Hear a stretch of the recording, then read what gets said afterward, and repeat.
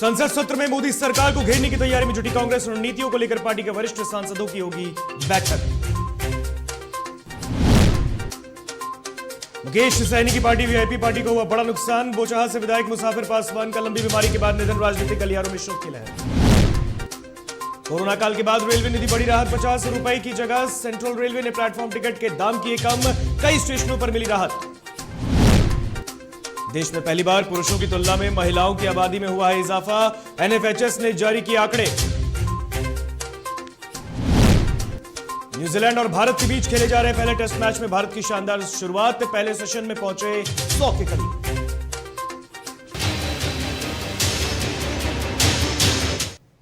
नमस्कार, आप देख रहे हैं डीटीवी भारत और मैं हूं आपके साथ ऋतिक। खबरें विस्तार से। और इस वक्त की एक बड़ी खबर दिल्ली से आ रही है, जहां शीतकालीन सत्र में सरकार को घेरने की तैयारी चल रही है। विपक्ष की ओर से बड़ी खबर। रणनीतियों को लेकर कांग्रेस आज बैठक करेगी। बड़ी खबर आ रही है दिल्ली से। कांग्रेस की अध्यक्ष सोनिया गांधी की अध्यक्षता में यह बैठक होगी। बड़ी खबर। लोकसभा राज्यसभा के सभी सांसदों के साथ बैठक होने वाली है सोनिया गांधी के नेतृत्व में। किसानों, महंगाई समेत करीब 15 से 16 मुद्दे हैं सामने, जिसमें महंगाई, पेगासस, बेरोजगारी और चीन का मुद्दा खास होने वाला है, जो कि विपक्ष उठाएगा। बड़ी खबर। दिल्ली में कांग्रेस की अध्यक्ष सोनिया गांधी के नेतृत्व में यह बैठक बुलाई गई है। तमाम सांसदों की, कांग्रेस के जो सांसद हैं उनकी यह बैठक। शीतकालीन सत्र शुरू होने वाला है लोकसभा का, और इससे पूर्व विपक्ष सत्ता पक्ष को घेरने की तैयारी में जुटा है। और कांग्रेस के अध्यक्ष सोनिया गांधी के नेतृत्व में यह बैठक बुलाई गई है दिल्ली। लोकसभा राज्यसभा के तमाम सांसद इस बैठक में पहुंचेंगे और इस पर किसानों, महंगाई समेत करीब 15-16 मुद्दा सामने है।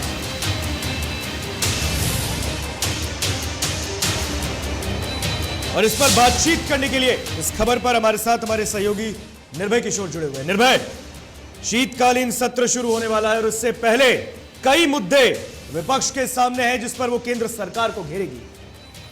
बिल्कुल ऋतिक, देखिए इस बार 29 तारीख से जो सदन का सत्र शुरू हो रहा है, तो ऐसे में इस बार एनडीए सरकार को घेरने की तैयारी। हालांकि हर बार जब सत्र की शुरुआत होती है उससे पहले जो विपक्ष होता है वो अपनी पूरी तैयारी करता है, और ये तैयारी एक बार फिर से कांग्रेस की तरफ से दिख रही है। कांग्रेस की जो अध्यक्षा हैं उनके अध्यक्षता में आज बैठक होगी। शाम 4 बजे बैठक होने वाली है, और इस बैठक में कई सारे ऐसे मुद्दे हैं जो सरकार की विफलता को बताने के लिए होंगे। शाम 4 बजे होने वाली इस बैठक में कांग्रेस के जितने भी वरिष्ठ सांसद है, राज्यसभा और लोकसभा जो सांसद हैं, वो सभी लोग आएंगे। और किस किस मुद्दे पर कांग्रेस को खास घेरने की तैयारी है, उसमें से सबसे बड़ा जो मुद्दा होगा वो कृषि कानून रहा, क्योंकि 1 सालों तक कृषि कानून पर सरकार ने अमल किया और आखिरी में जाकर के सरकार ने उससे वापस ले लिया। तो एक बड़ा मुद्दा होगा सरकार को घेरने के लिए और विफलता को बताने के लिए, क्योंकि जब से ये कानून लागू हुआ था, कानून के लागू होने के बाद देश में जो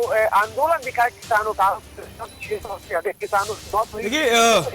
निर्भय, बीते दिन की बात कर रहे हैं तो कांग्रेस के नेता राहुल गांधी ने एक ट्वीट किया था। उन्होंने कहा था, केंद्र सरकार से अपील की थी कि कोरोना से जिन लोगों की मौतें हुई वो आंकड़ा जरा सही से पेश किया जाए, और उसके साथ ही जिससे कोरोना से जो लोग मरे हैं उनके परिजनों को 4-4 लाख रुपए की मुआवजा राशि प्रदान केंद्र सरकार के द्वारा की जाए। इस पर भी चर्चा होने की उम्मीद।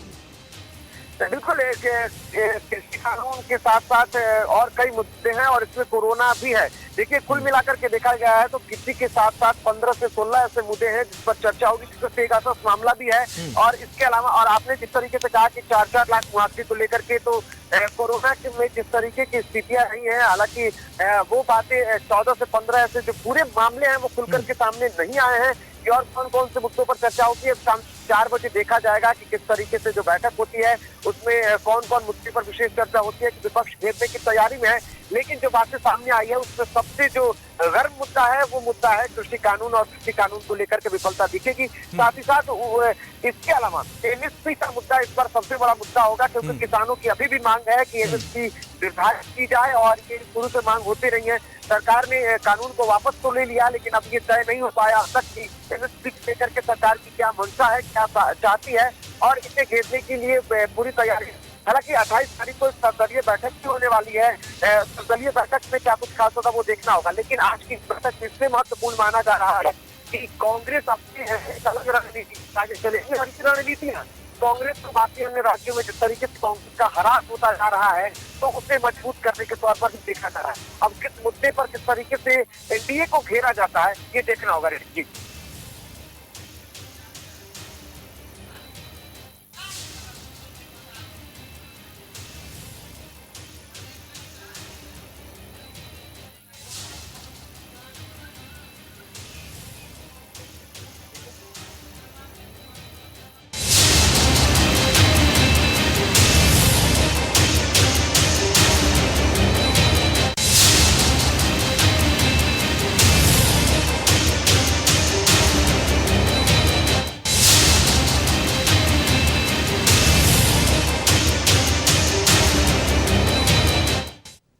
चलिए, तो बहुत बहुत शुक्रिया निर्भय आपका, आपने इस खबर पर अधिक जानकारी साझा की। अब आपको सीधा राजद कार्यालय लेकर चलते हैं, जहां पर बीते दिन की बात है जब एक महिला बिहार की डिप्टी सीएम रेणु देवी से मदद के लिए पहुंची, उनसे मदद की गुहार लगाने पहुंची, तो उनके गार्ड ने कुछ अभद्र व्यवहार किया, कुछ गलत बातें कही। इस पर अब सीधी बातचीत हमारे सहयोगी ने उस पीड़िता से की है। मानवाधिकार है, कहीं कुछ कार्रवाई नहीं होता। मैं एक छोटा सा उदाहरण देना चाहूंगी सर। कैमूर जिला की एसपी, आज मैं तो पोल खोल दूं, कैमूर जिला के एसपी हरप्रीत कौर थी सर, फर्जी केस कराकर हमको उस समय 2017 में कस्टडी कराई थी। आज 3 साल केस लड़ के हम जीते हैं। और मानवाधिकार में जब हम जाते हैं तो वहाँ का अध्यक्ष कहता है कि एसपी है, उसके खिलाफ तुम आवेदन दोगी। माने एसपी है तो इसका मतलब क्या है सर कि अपने पावर का दुरुपयोग करेगी। आज उस मैटर में हम सस्पेंड थे, सब कुछ थे सर। क्या जो शारीरिक मानसिक आर्थिक रूप से हम प्रताड़ित हुए, क्या मुझे उसके बदले उसकी भरपाई कभी हो पाएगी? नीतीश कुमार तो कहते हैं सुशासन की सरकार है, पुलिस मदद करती है लोगों की। आप कहते हैं कि नीतीश सरकार सुशासन की सरकार है, और मैं कहती हूँ कि ये गूंगी बहरी अंधी भ्रष्ट सरकार है सर। खुद मैं मुख्यमंत्री के पास गई हूँ सर, 10 बार मेल पे चिट्ठी भेजी, पर्सनली मिली। जनता दरबार भी मैं गई थी कि सर मैं एक दलित महिला हूँ, अगर मैं गलत हूँ तो अपने कलम से मुझे बर्खास्त क्यों नहीं आप करते हैं, और मैं अगर सही हूँ तो मुझे आप न्याय दीजिए। क्या लगता है न्याय मिलेगा?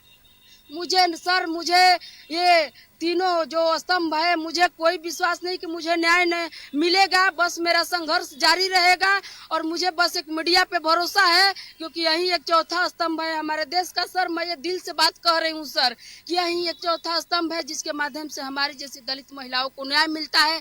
आज आप लोग नहीं रहते सर तो शायद मेरी बात इतनी ऊपर तक पहुँचती भी नहीं, मेरा भी मैटर दब जाता सर। ऐसा नहीं कि मैं पहली महिला हूँ जिसका यौन शोषण है, ये बहुत बड़ा रैकेट है। और मुझे धमकी दिया जा रहा है कि डिप्टी सीएम का भाई जो है हिस्ट्री शूटर है, क्रिमिनल है, नक्सली है, आपको गोली मरवा देगा, आपको नौकरी से बर्खास्त करवा देगा। बीजेपी की सरकार है। तो ठीक है सर, आप लोग भी देखिए, अगर मेरी हत्या हो जाती है तो इसके लिए हमारे जो 4-5 लोग हैं जिम्मेदार है। हम तो ये पहले भी कह चुके हैं, आज भी कह रहे सर कि मेरे खून के प्यासे 5-6 लोग हैं।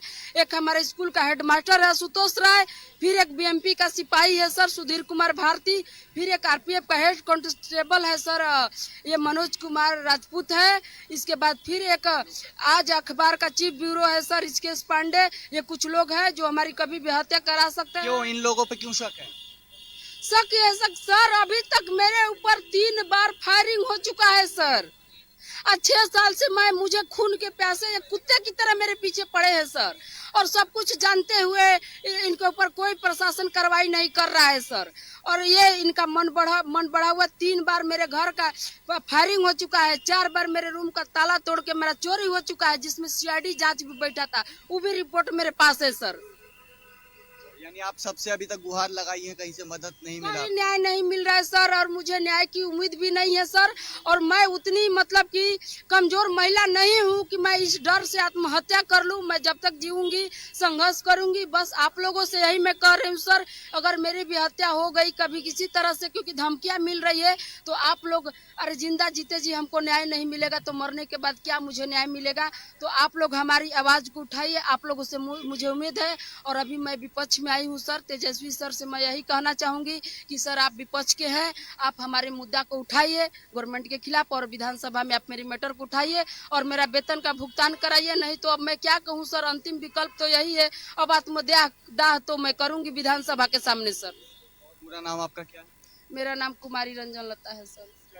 तो पीड़ित महिला थी यही, जो वीडियो वायरल हो रहा था बॉडीगार्ड का, जो बिहार की उप मुख्यमंत्री है रेणु देवी, उनके बॉडीगार्ड का वीडियो वायरल हो रहा था। उसमें महिला से छेड़खानी की जा रही थी और ये वही महिला है जिन्होंने रोते हुए जो अपनी कहानी पूरी है वो डीटीवी भारत पे लाइव आके बताई है और साफ तौर पे इन्होंने कहा है कि 3 स्तंभों के पास ये जा चुकी है, प्रशासन के पास भी गई हैं, मुख्यमंत्री नीतीश कुमार से भी फरियाद लगा चुकी हैं, लेकिन किसी पे भरोसा अब नहीं है क्योंकि कहीं से इनकी मदद नहीं की जा रही है और हार के ये चौथे स्तंभ, लोकतंत्र के चौथे स्तंभ मीडिया के पास पहुंची है और प्रमुखता से हम इस खबर को दिखा रहे हैं ताकि इस महिला को न्याय मिल सके। फिलहाल जो उप मुख्यमंत्री रेणु देवी है उन्होंने कह दिया है कि उनका बॉडीगार्ड नहीं था और इस महिला को भी पहचानने से इनकार कर दिया है। अब आपको वो पूरा मामला जो है वो समझाते हैं। पीड़िता जो टीचर है उसने आरोप लगाया, पूरा मामला देखिए। ये डिप्टी सीएम रेणु देवी के गार्ड है, आप देख सकते हैं। ये पूरे मामले को टीवी स्क्रीन पर आप देख रहे हैं। ये पूरा मामला क्या है? दरअसल ये टीचर दलित है, टीचर है और वो डिप्टी सीएम से मदद की गुहार लगाने पहुंची और उनके गार्ड ने उनके साथ अभद्र व्यवहार किया। अब उन्हें जान से मारने की धमकी दी जा रही है। 6 साल से महिला का कहना है, पीड़िता का कहना है कि उनके खून के प्यासे हैं लोग। 3 बार उन पर जानलेवा हमला भी किया गया। हालांकि अब उनको उम्मीद मीडिया से है। हालांकि वो नेता प्रतिपक्ष तेजस्वी यादव से भी मदद लगाने के लिए पहुंची है, मदद की गुहार लगाने पहुंची और उन्होंने ये आरोप लगाया है बिहार की डिप्टी सीएम रेणु देवी के गार्ड पे। बता दें आपको, दरअसल ये पूरा मामला कैमूर जिले के एक विद्यालय का है जहां की महिला टीचर 2017 से रुके पेमेंट के भुगतान को लेकर न्याय की गुहार लगाने बिहार की उप मुख्यमंत्री रेणु देवी के पास पहुंची और उस वक्त ये जो पूरा मामला घटा है आप इस वक्त देख सकते हैं अपने टीवी स्क्रीन पे। महिला की मदद नहीं की गई लेकिन उसके साथ अभद्र व्यवहार किया गया। तो यहां रुकेंगे एक छोटे से ब्रेक के लिए, कहीं मत जाइएगा। ब्रेक के बाद खबरें आगे और भी हैं।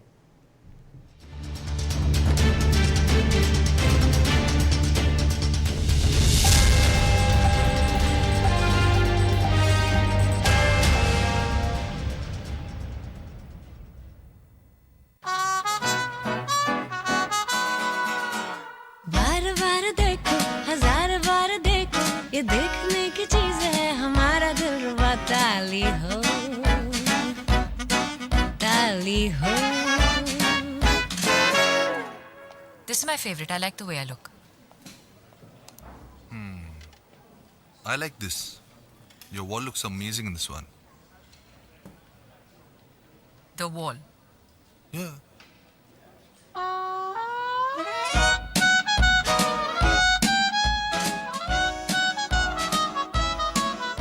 Ultra Sheen paint that steals your spotlight. Royale glitz with Ultra Sheen. Luxury with Teflon.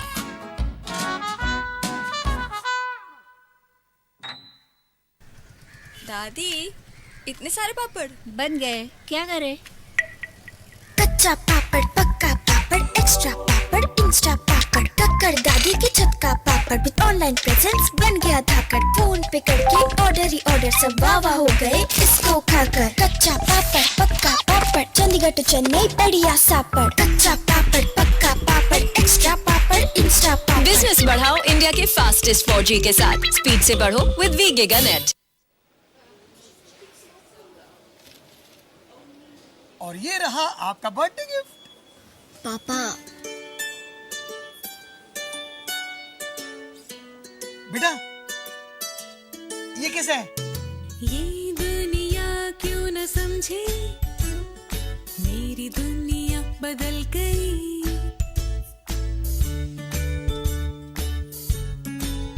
और ये देखो पीहू,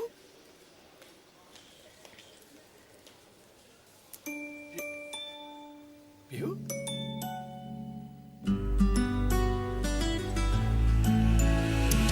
गुड़ियों से खेलने वाली तेरी गुड़िया बड़ी हुई। बच्चे कब बड़े हो जाते हैं पता ही नहीं चलता। थोड़ा बड़प्पन दिखाइए। रहो सेफ सैनिटरी पैड से खुद को स्वस्थ और सुरक्षित रखने में इनका साथ निभाइए। सर छुट्टी चाहिए थी। क्यों? गांव के सारे घर कच्चे थे, बाढ़ में ढह गए, मेरा भी। Good morning sir. देखिए, बुनियाद भी पक्की, आपका नया घर भी पक्का, सालों साल चलेगा सर। ठीक है, ले लो छुट्टी।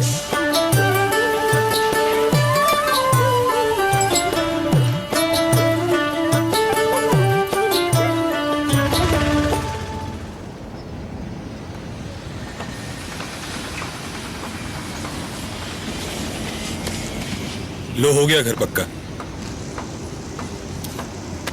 छुट्टी कैंसिल।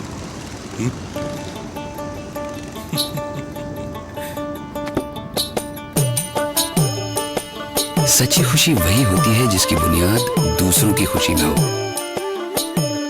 कोणार्क, खुशियों की बुनियाद। अबे गुड्डू, ठीक से लगाओ बे, रिश्तेदार आएंगे तो उनको लगना चाहिए ना कि इस घर में हमारे चंदा का कितना मान सम्मान है, और आज हम और हमारा परिवार कितना खुश है। हाँ हम तो आपको बताना ही भूल गए, हमारी चंदा इतने सालों बाद गाभन हुई है। हाँ अब पहले जो दो खाए ना तो स्वस्थ और तंदुरुस्त कैसे रहेगी।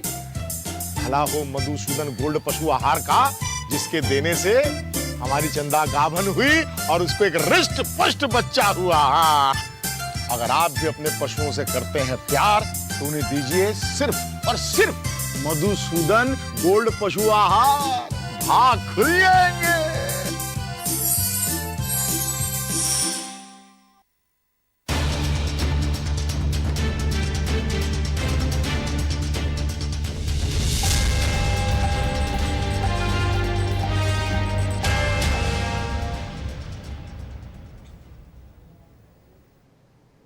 ब्रेक के बाद एक बार फिर स्वागत आपका डीटीवी भारत में। बढ़ते हैं खबरों में आगे। देश में पहली बार पुरुषों की तुलना में महिलाओं की आबादी में इजाफा हुआ है। आपको बता दें कि आंकड़ा नेशनल फैमिली हेल्थ सर्वे 5 यानी कि NFHS 5 के जारी किया है, जहां दरों की बात करें तो अब हर 1000 पुरुषों पर 1020 महिलाएं हैं। तो वहीं आजादी के बाद ये पहली बार है जब पुरुषों की अपेक्षा महिलाओं की आबादी 1000 से ऊपर पहुंची। वहीं इससे पहले 2015-16 में हुए NFHS 4 में यह आंकड़ा हर 1000 पुरुष पर 991 महिलाओं का था और इस बार यह पार कर चुका है।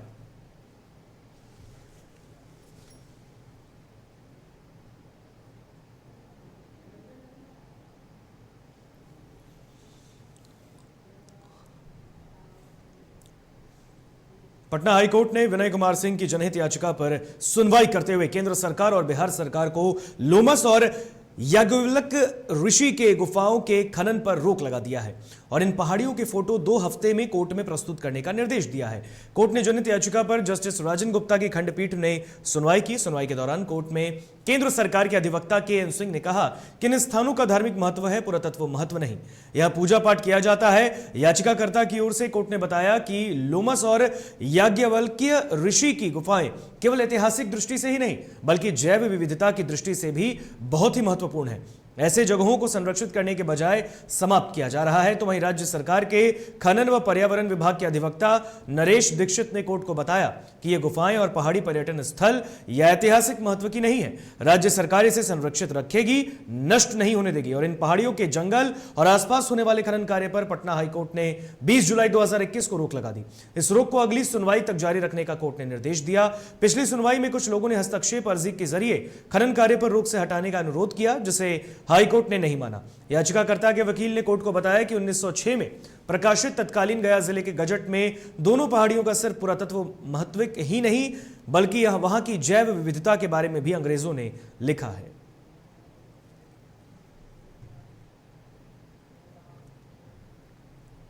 मुकेश सहनी की वीआईपी के विधायक मुसाफिर पासवान का निधन हो गया। विधायक मुसाफिर पासवान ने बुधवार की रात करीब 1 बजे दिल्ली के सर गंगाराम अस्पताल में आखिरी सांस ली। आपको बता दें कि मुसाफिर पासवान मुजफ्फरपुर जिले के बोचहां विधानसभा सीट से चुनाव जीतकर विधायक बने थे। उन्होंने 2020 के विधानसभा चुनाव में मुकेश सहनी की पार्टी वीआईपी के टिकट पर चुनाव लड़ा और जीत हासिल कर विधानसभा पहुंचे। जानकारी के मुताबिक वीआईपी के विधायक मुसाफिर पासवान पिछले कई दिनों से लगातार बीमार थे। उन्हें लंग्स में शिकायत थी, जिसके बाद उनका इलाज दिल्ली के बड़े अस्पताल में हो रहा था। अपनी पार्टी के विधायक मुसाफिर पासवान के निधन की जानकारी पार्टी के प्रमुख और बिहार सरकार के मंत्री मुकेश सहनी ने दी। मुजफ्फरपुर जिले के बोचहा विधानसभा से चुनाव जीतकर आने वाले हैं। मुसाफिर पासवान अपने विधानसभा क्षेत्र में काफी लोकप्रिय नेता थे। तो वहीं मुसाफिर पासवान के निधन की जानकारी वीआईपी पार्टी प्रमुख मुकेश सहनी ने सोशल मीडिया में साझा की है।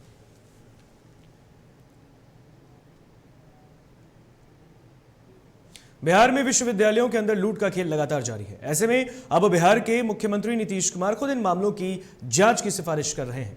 पटना के मौलाना मजहरुल हक अरबी फारसी विश्वविद्यालय के पूर्व वीसी और वर्तमान में ललित नारायण मिथिला विश्वविद्यालय के कुलपति एसपी सिंह के खिलाफ टेंडर घोटाला मामले में जांच की सिफारिश खुद मुख्यमंत्री नीतीश कुमार ने की। मौलाना आजाद विवि के कुलपति के पत्र के आलोक में नीतीश कुमार ने सरकार की ओर से जांच कराने का निर्देश दिया। शिक्षा मंत्री विजय कुमार चौधरी ने कहा कि मिथिला विश्वविद्यालय के कुलपति एसपी सिंह के ऊपर लगे आरोपों की जांच होगी।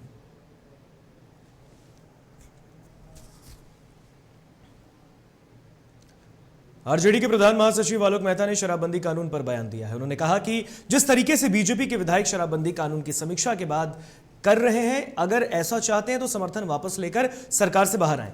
उन्होंने कहा कि राज्य में शराबबंदी कानून फेल है। जिस सरकार ने पंचायतों में शराब की दुकानें खोल दी हैं, उससे शराबबंदी कानून की सफलता की कामना करना मूर्खता है।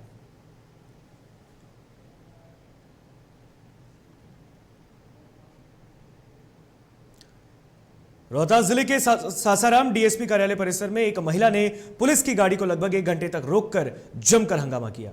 दरअसल दहेज प्रताड़ना से पीड़ित महिला अपने ससुराल वालों पर गंभीर आरोप लगाते हुए केस की थी। जिस मामले में आरोपी अभियुक्तों को जब कोर्ट से जमानत मिल गई और पुलिस जब अभियुक्तों को लेकर कागजी प्रक्रिया के लिए पुलिस गाड़ी से ले जा रही थी, उसी दौरान अमृता कुमारी नामक महिला ने पुलिस की गाड़ी को रोक लिया और हंगामा शुरू कर दिया। महिला का कहना है कि जब पति से उसका तनाव हो गया और वो अब अपने देवर राकेश कुमार से शादी करना चाहती है, तो महिला ने चीख कर अपने ससुराल वालों पर आरोप लगाया कि उसके बैंक अकाउंट में ससुराल वालों ने 6 लाख रुपए भेजकर कहा कि अब जाकर दूसरी शादी कर लो। महिला का कहना है कि वो दूसरी शादी अपने देवर से ही करेगी। बता दें कि तिलौथू की रहने वाली अमृता की शादी साल 2018 में डेहरी के करवट बिघा के पन्नालाल सिंह से हुई। शादी के बाद से दहेज प्रताड़ना का आरोप लगाते हुए महिला ने पति समेत ससुराल वालों पर केस दर्ज कराया। लोग मेरे से क्या किए कि मैं गुमराह कर करके मेरे पति कहते हैं कि तुम क्या करके दूसरा शादी कर लो। हम ऐसी नहीं कि जिंदगी नहीं ऐसी कर सकते हैं, तो हम साथ में नहीं रह सकते, मर जाएंगे। तब लोग कि विवाह करो, विवाह जबरदस्ती मेरे अकाउंट पर पैसा 60,000 रुपए डाल के आई लोग कह रहे जबरदस्ती घर से बाहर निकलो। हम इनके घर में खाना बनाए कर रहे थे। फैमिली ज्वाइंट 5 ससुर है, 5 में मतलब ठीक है, लेकिन मेरा कोई दर्द नहीं समझा। ये लोग क्या कहे खाना बंद कर दोगे, नहीं बंद मैं के भाग जाएगी। 15 दिन में कैसे बनाया हुआ खाना आया, फिर भी खाकर फिर हम अपना व्यवस्था डीएसपी के पास गए। डीएसपी सर हम बोलते थे खाना बंद हो गया है, तो क्या कह रहे हैं कि तोरा खाना हम नहीं, डीएसपी कह रहे हैं। एसपी के पास गए, डीएसपी कह रहे हैं नाम क्या आपका? अमृता कुमारी नाम है। कहां घर है? मुजफ्फरपुर में इन दिनों पुलिस शराब के खिलाफ विशेष अभियान चला रही है और लगातार छापेमारी का शराब माफियाओं को धर दबोचा जा रहा है। इसी कड़ी में पुलिस ने एक बड़े शराब माफिया को धर दबोचा। पुलिस ने 23 कांडों में फरार चल रहे शराब माफिया विश्वनाथ शाह को उसके 2 अन्य साथियों के साथ धर दबोचा। आपको बता दें कि गुप्त सूचना के आधार पर सदर थाना क्षेत्र में कार्रवाई करते हुए पुलिस ने स्कॉर्पियो सवार 3 लोगों को धर दबोचा, जिसमें एक विश्वनाथ शाह है और 2 और उसके अन्य साथी हैं, जिसकी जानकारी सिटी एसपी राजेश कुमार ने दी। अभी सरकार के निर्देश के आलोक में बिहार में बड़ा ही सघन शराब के जुड़े कारोबारियों के विरुद्ध में कार्रवाई चलाई जा रही है। इसी क्रम में मुजफ्फरपुर के सदर थाना अंतर्गत विश्वनाथ शाह तथा उनके 2 सहयोगियों को गिरफ्तार किया गया है। विश्वनाथ शाह एक बड़े ही शराब माफिया के रूप में कुख्यात थे। ये पूर्व में नवादा जेल में भी बंद थे। इनके विरुद्ध में तकरीबन अभी हमारी जानकारी के अनुसार 23 कांड शराब से जुड़ा हुआ। मुंगेर जिले के हवेली खड़गपुर में भीषण सड़क हादसे में मारे गए 3 छात्र सहित 4 लोगों को मोहपुर मध्य विद्यालय की ओर से छात्रों के द्वारा कैंडल मार्च निकालकर भावभीनी श्रद्धांजलि दी गई और छात्रों के द्वारा शोक व्यक्त किया गया। आपको बता दें कि 23 नवंबर को गंगटा थाना क्षेत्र के मोहनपुर गांव में अहले सुबह छात्रों को लेकर जा रही ऑटो, जिसमें करीब 10 छात्र शामिल थे, ऑटो के सामने आ रहे ट्रक ने धक्का मार दिया, जिसमें 3 छात्र समेत 4 की मौके पर ही मौत हो गई और 6 गंभीर रूप से जख्मी हो गए। तो वहीं मृतक सभी छात्र मोहनपुर मध्य विद्यालय के पढ़ने वाले थे, जिन्हें श्रद्धांजलि दी गई।